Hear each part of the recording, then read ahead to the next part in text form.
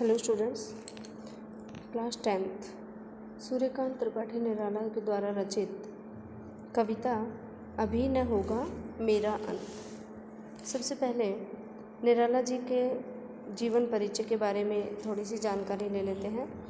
परिचय: वाद विवाद और मंथन के बाद विद्वान इस नतीजे पर पहुँचे हैं कि सूर्यकांत त्रिपाठी निराला का जन्म सन 1896 को बंगाल के मेदिनीपुर जिले के महिषादल में हुआ। कौन से ज़िले में? बंगाल के मेदिनीपुर जिले के। उनकी औपचारिक शिक्षा हाई स्कूल तक ही हुई। तदुपरांत हिंदी, संस्कृत तथा बांग्ला का अध्ययन स्वयं किया। हिंदी, संस्कृत और बांग्ला भाषा इन्होंने स्वयं अध्ययन से ही ग्रहण की।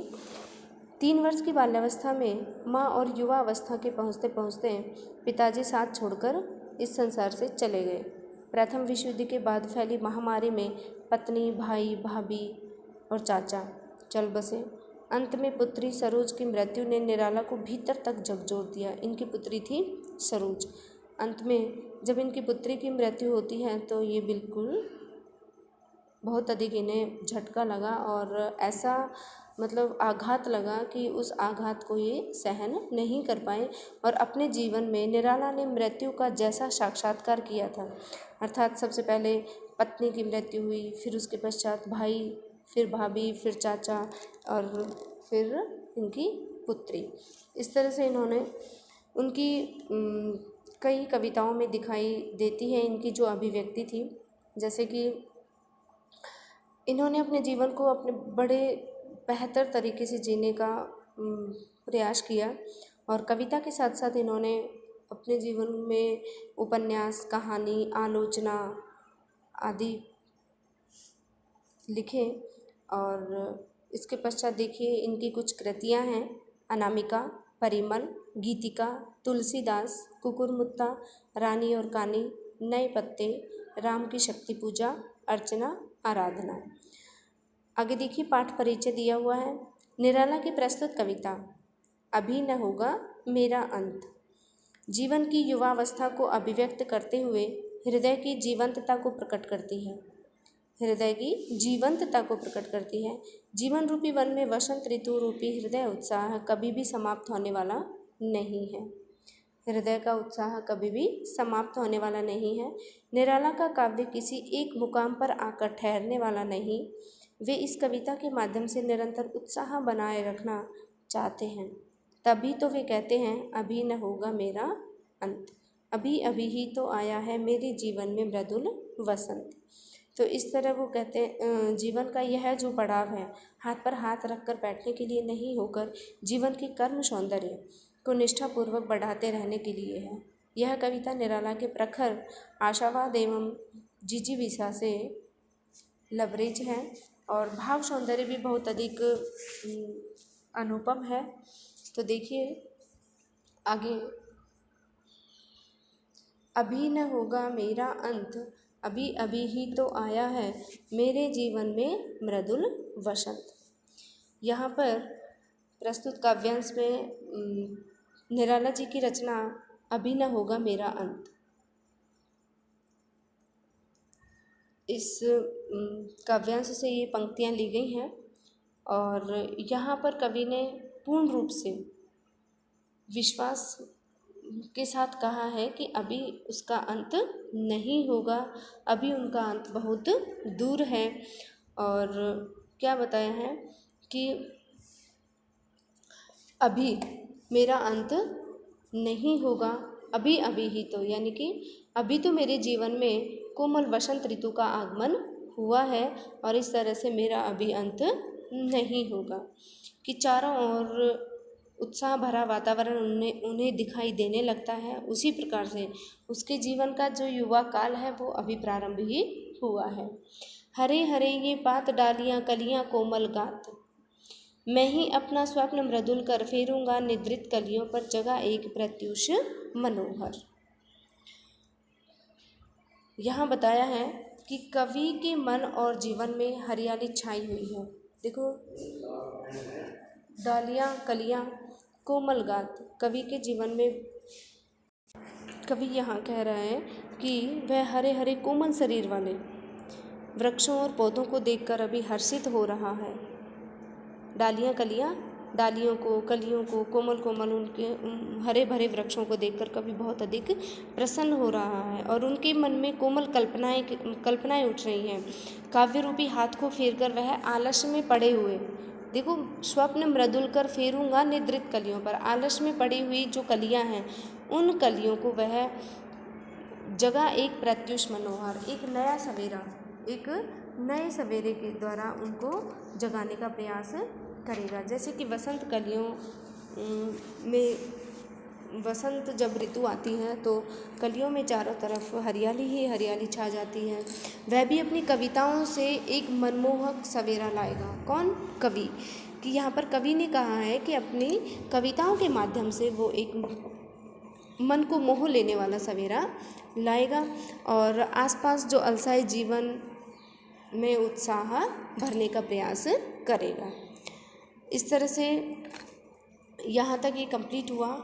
तो इसके पश्चात आपको विशेष में कैसे करना है कि यहाँ पर देखो, सबसे पहले प्राकृतिक सौंदर्यता का वर्णन किया हुआ है। तो मानवीकरण अलंकार का प्रयोग है और उसी प्रकार से हरे हरे ये पात, यहाँ पर जैसे है वर्ण की आवृत्ति हुई है तो अनुप्रास अलंकार का प्रयोग किया गया है। इस तरह से जो भाषा है वो भावों के अनुरूप और शैली है वो भावुकता से पूर्ण बताई गई है। आगे देखिए, पुष्प पुष्प से तंद्रालस लालसा खींच लूँगा मैं, अपने नवजीवन का अमृत सहर से सींच दूँगा मैं, द्वार दिखा दूँगा फिर उनको, है मेरे वे जहाँ अनंत, अभी न होगा मेरा अंत।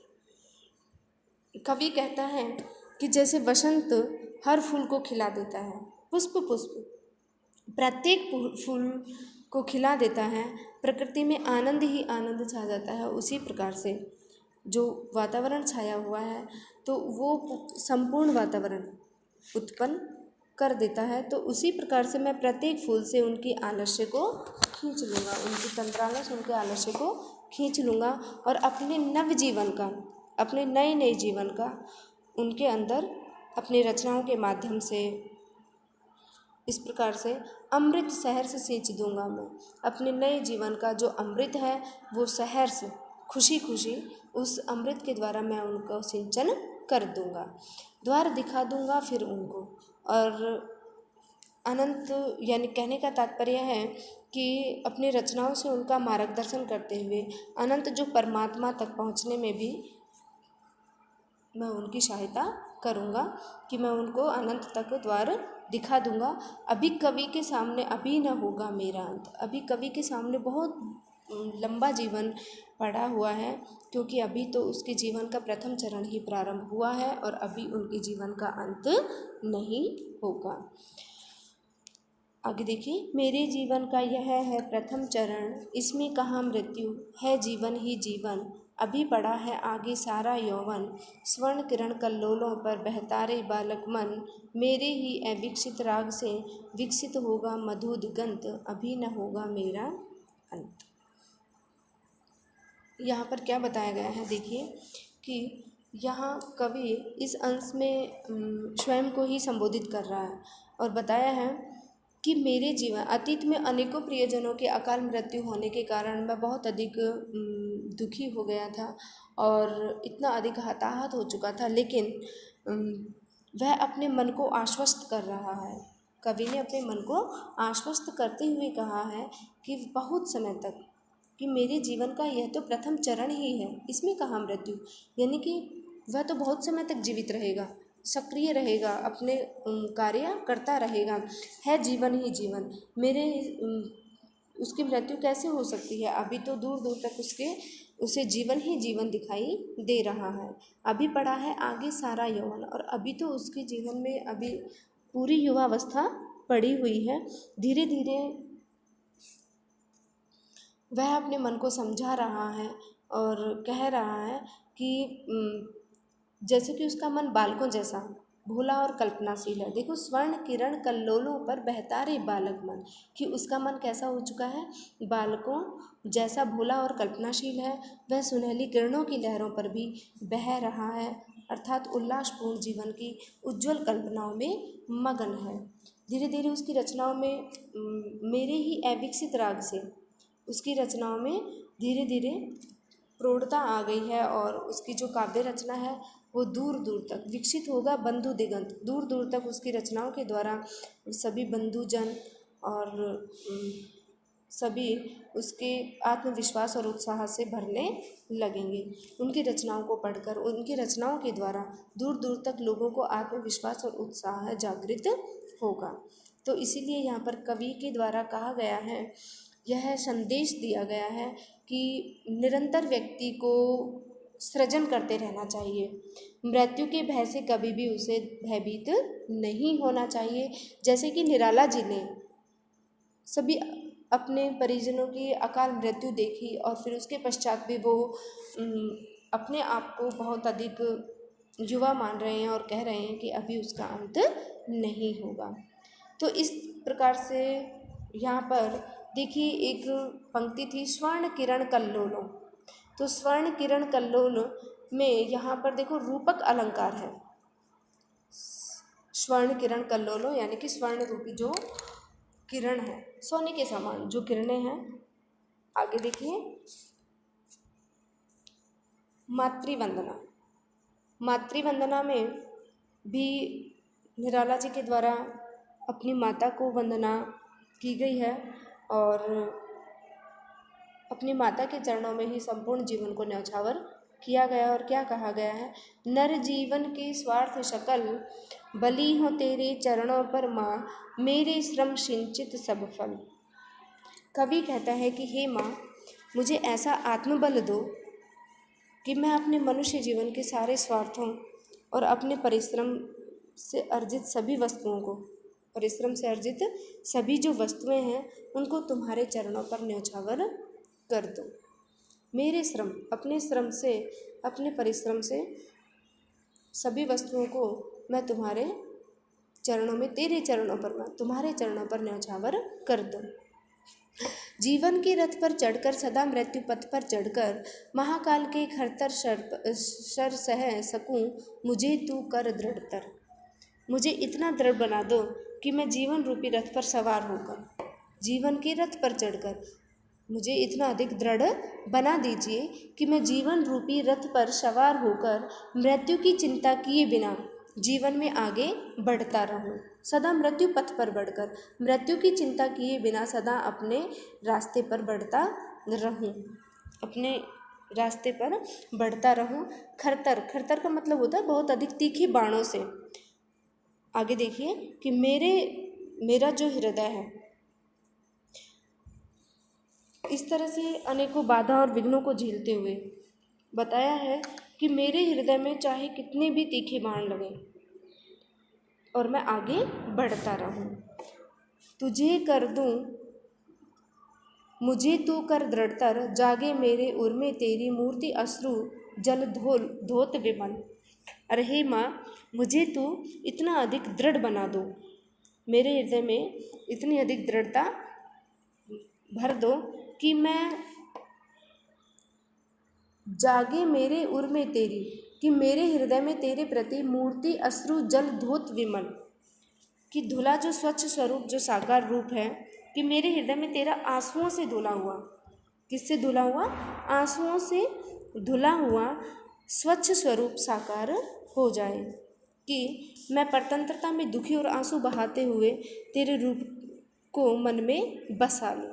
मूर्ति अश्रु जल धोत विमल, यानी कि अपने आंसुओं से धुली हुई निर्मल मूर्ति साकार हो जाए और अपने दृग जल यानी कि अपने नेत्रों के जल से पा बल बलि कर दूं। मैं किसको कर दूं, कि तेरे आंसू मुझे इतना अधिक बल प्रदान करें कि मैं अपने सारे जीवन में परिश्रम करते हुए अर्जित कर सभी वस्तुएं और जीवन तुझ पर ही बलिदान कर दूं। बलि कर दूं मतलब बलिदान कर दूं। जननी जन्म श्रम संचित फल, हे जननी, जननी हे जननी जन श्रम संचित फल, कि जीवन में कमाए हुए सारे जो एकत्रित जो श्रम के जो मैंने श्रम किया है वो सारे के सारे श्रम, वो जो एकत्रित जो फल है वो मैं तुम्हें पर ही अर्पित कर दूं। बाधाएं आए तन पर देखूं तुझे नयन मन भर। और हे माता, मेरे जीवन में कितनी भी अभी बाधाएं आए, फिर भी मैं तुम्हें उन बाधाओं से जूझते हुए मैं तुझे नयन भरकर प्रेम से परिपूर्ण मैं तुझे देखूं, देखता रहूं एकटक दृष्टि से। मेरी दृष्टि सदा तुझ पर ही लगी रहे। मुझे देख तू सजल दृगों से, और मुझे भी फिर तू अपने जल से परिपूर्ण ऐसे प्रेम भरे दृगों से, नेत्रों से देख, और अपलक उर्के शतदल पर, अपलक बिना पलक झपकाए हुए ही मुझे अपने हृदय रूपी कमल पर तुम शतदल का अर्थ होता है हृदय रूपी कमल पर, उर मतलब हृदय, और शतदल कमल कि अपने हृदय रूपी कमल पर बैठाए रखना। क्लेद युक्त अपना तन दूंगा, और मैं क्या दूंगा? क्लेद युक्त। क्लेद का अर्थ होता है पसीने, पसीने से परिपूर्ण मैं अपना तन भी तुम्हें समर्पित कर दूंगा, मुक्त करूंगा। और हे माता, मैं तुम्हें अवश्य ही मुक्त करूंगा। अर्थात हे मातृभूमि, हे भारत माता, मैं तुम्हें बड़े से बड़ा बलिदान देकर भी मैं हमेशा तुम्हें स्वतंत्र कर दूंगा। आगे देखिए, तुझे अटल तेरे चरणों पर देकर बलि, और मैं हमेशा तुम्हें अटल रखूंगा और तेरे चरणों पर अपना बलिदान कर भी मैं सारा जो श्रेष्ठ आचरण और परिश्रम से प्राप्त जो सफलताएं हैं, सारा जो यश है, मैं तुझ पर ही न्यौछावर कर दूंगा। तो इस प्रकार से कवि के देश प्रेम की निस्वार्थ और उत्कट भावना इन पंक्तियों में लक्षित हुई है, और कवि अपने परिश्रम से ही अर्जित पवित्र फल को मातृभूमि के चरणों में समर्पित कर रहा है। और यहाँ पर कौन कौन से अलंकारों का प्रयोग किया गया है? यहाँ पर रूपक और अनुप्रास अलंकारों का प्रयोग किया गया है। आगे देखिए, कठिन शब्दार्थ हैं जो आपको याद करने हैं। अति लघुत्रात्मक प्रश्न, वस्तुनिष्ठ प्रश्न। मृदुल वसंत जीवन के किस पड़ाव का प्रतीक है? मृदुल वसंत जीवन के यौवन का प्रतीक है। शतदल का शब्दार्थ है, शतदल का अर्थ होता है कमल। अति लघुत्रात्मक प्रश्न में देखिए, अभी न होगा मेरा अंत कविता में किस ऋतु के आगमन की बात कही गई है? अभी न होगा मेरा अंत कविता में वसंत ऋतु के आगमन की बात कही गई है। हरे हरे ये पात पंक्ति में कौन सा अलंकार है? हरे हरे एक ही शब्द की दो बार आवृत्ति हुई है, पुनः आवृत्ति हुई है, तो यहाँ पर पुनरुक्ति प्रकाश अलंकार है और अनुप्रास अलंकार भी है। कवि का कविता में किस प्रथम चरण की ओर संकेत है? कवि का कविता में जीवन के प्रथम चरण यानी कि किशोरावस्था और युवावस्था की ओर संकेत किया गया है।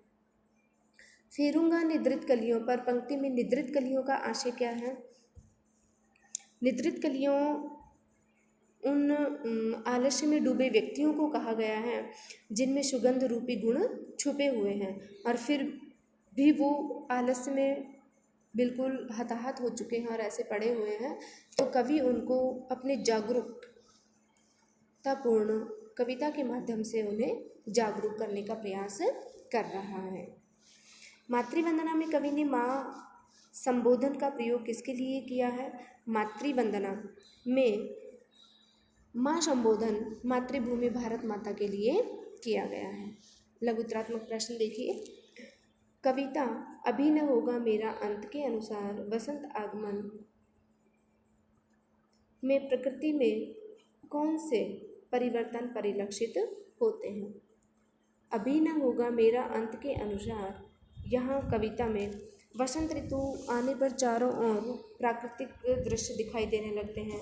वृक्षों में हरे हरे पत्ते लग जाते हैं, डालियों पर कोमल कोमल कलियाँ छा जाती हैं, और प्रातःकाल के समय जब सूर्य उदित होता है तो सूर्य की किरणें कोमल स्पर्श से कलियाँ खिलकर फूल बनने लग जाती हैं। तो सूर्य की किरणों का स्पर्श होने से जैसे कि वो कलियाँ हैं वो फूलों में परिवर्तित हो जाती हैं। तो उसी प्रकार से सूर्य उदय के मनोहारी दृश्य को यहाँ पर प्रकट किया गया है। आगे देखिए, कविता मातृवंदना के अनुसार कवि माँ के चरणों में क्या क्या अर्पित करना चाहता है, क्या क्या समर्पित करना चाहता है? कवि मातृभूमि की सेवा में अपना सर्वस्व समर्पित करना चाहता है। कवि अपने परिश्रम से अर्जित सभी वस्तुएं माँ के चरणों में समर्पित करना चाहता है। सारी विघ्न बाधाओं को झेलते हुए, कष्ट सहन करते हुए भी वह सारे जीवन में श्रम के स्वेद से सिंचित पवित्र जो कमाई है उस पर माँ के चरणों में न्यौछावर करना चाहता है कि संपूर्ण अपना जो कर्म है, अपना जो यश है, संपूर्ण वह मातृ चरणों में ही समर्पित कर देना चाहता है। आगे देखिए निबंधात्मक प्रश्न, अभी न होगा मेरा अंत, कविता का मूल भाव स्पष्ट कीजिए। अभी न होगा मेरा अंत कविता कवि निराला सूर्यकांत त्रिपाठी निराला जी के द्वारा रचित है और कवि इस रचना द्वारा संदेश देना चाहता है कि मनुष्य को आत्मविश्वास और उत्साह के साथ जीवन व्यतीत करना चाहिए। युवावस्था जीवन का सर्वोत्तम सुअवसर होता है। मृत्यु की चिंता नहीं करते हुए व्यक्ति को युवावस्था में जीवन का आनंद लेना चाहिए। अपने आनंद और उत्साह से ही समाज के आलस्य में इससे परिपूर्ण लोगों को लाभान्वित करना चाहिए। और एक कवि का तो यह उद्देश्य होता है कि वह अपनी कविता के माध्यम से समाज में रह रहे हताहत लोगों को या फिर अलसाए हुए लोगों को अपनी कविताओं के माध्यम से प्रेरित करे, उन्हें उत्साहित करे, और इसी प्रकार से कवि को विश्वास भी है कि उसकी जीवन लीला अभी समाप्त नहीं होगी और वह अपने जीवन में निरंतर प्रयासरत है। यह कविता का मूल भाव बताया गया है। आगे देखिए, मातृवंदना कविता का केंद्रीय भाव अपने शब्दों में लिखिए। मातृवंदना कविता मातृभूमि भारत माता के प्रति असीम भक्ति भाव पर केंद्रित की गई है और निराला अपने सारे स्वार्थ भाव तथा जीवन भर के श्रम को सारे फल भारत माता के चरणों में समर्पित करना चाहता है। इसी प्रकार से कवि ने यहाँ पर बताया है कि उनके जीवन में कितनी भी बाधाएं आए, कितने भी कष्ट क्यों ना आए, वह सभी को सहन करते हुए पराधीन मातृभूमि को अवश्य ही स्वतंत्र करने का प्रयास करेंगे और अपनी मातृभूमि को स्वतंत्र और सुखी बनाने के लिए सर्वस्व समर्पण कर देना कवि के अनुसार सबसे महान कर्तव्य बताया गया है। आगे निम्नलिखित पंक्तियों की सप्रसंग व्याख्या कीजिए। तो अभी आपको सप्रसंग व्याख्या अभी आपको पूरे कविता की बताई है। तो इस तरह से ये आप की कक्षा 10 में सूर्यकांत त्रिपाठी निराला द्वारा रचित मातृवंदना और अभी न होगा मेरा अंत कविता पूर्ण प्रश्नोत्तर सहित। धन्यवाद।